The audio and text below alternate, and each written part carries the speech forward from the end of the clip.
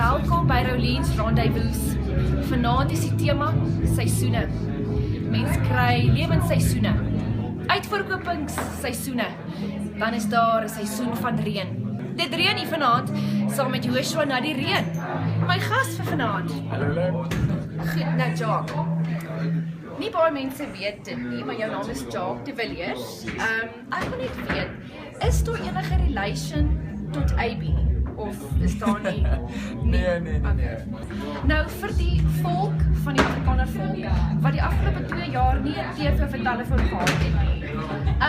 Kan jy raak vir hulle verduidelik, byvoorbeeld soos my ma, waar die naam Joshua na die reën vandaan kom? So lank het jy tyd? Ons het, ja. Van die kleines was name nog wel my 'n belangrike ding. Die simboliek wat saam met name gaan en so. En mense het altyd van gesê die storie van Joshua in die Bybel gelees. Okay. En ek het dit nooit ernstig opgeneem nie en toe op my 2de jaar op universiteit toe loop ek eendag tel ek 'n naamplaatjie op die vloer op. En op die naamplaatjie daar staan Life Like Living Joshua. En dit het ek die stories van Joshua gelees. En die storie wat van uitgestaan het was die storie van die muur van Jericho. Okay. Wat afgebreek is. En toe tref het my dat wat nog altyd wanneer ek musiek gemaak het of liedjies geskryf het, was dit vir my belangrik dat ook van 'n muur afgebreek sou word. Okay. En na die reën groei daar iets sodat daar iets sal groei. Het jy enige advies vir iemand of artist wat nie begin in hierdie bedryf? En die enigste advies wat ek kan gee is, wees net echt tot jouself. Nie probeer iemand anders copy of doen wat alreeds goed is nie. Doen wat binne jou is, ja. Okay, there you go. Lekker straightforward.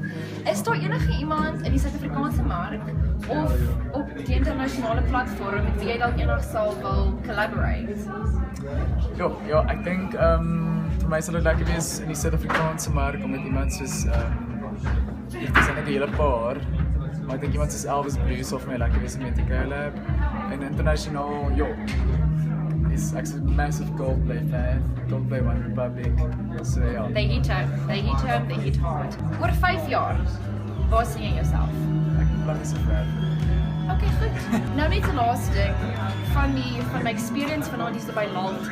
Het ek agtergekom jy is nie 'n robot nie, alhoewel jy speel soos jy laat klavier in die note. Die note is daar hoog. Amper soos die inflation in die land. Maar ek wil by jou hoor, jy's nou obviously nie 'n robot. As humans het ons 'n paar insecurities. Het jy nog enige insecurities? Waarmee jy deel? Ek dink enige mense het insecurity, soos jy sê, enige mense het insecurity. My insecurity is dalk mens voel ek voel beter dat ek goed genoeg is. Dis dalk 'n insecurity. Ja.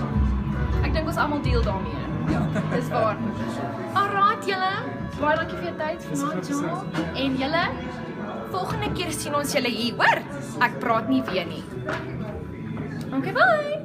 As is gestrooi, waar jy weer die mooi sien in die lug.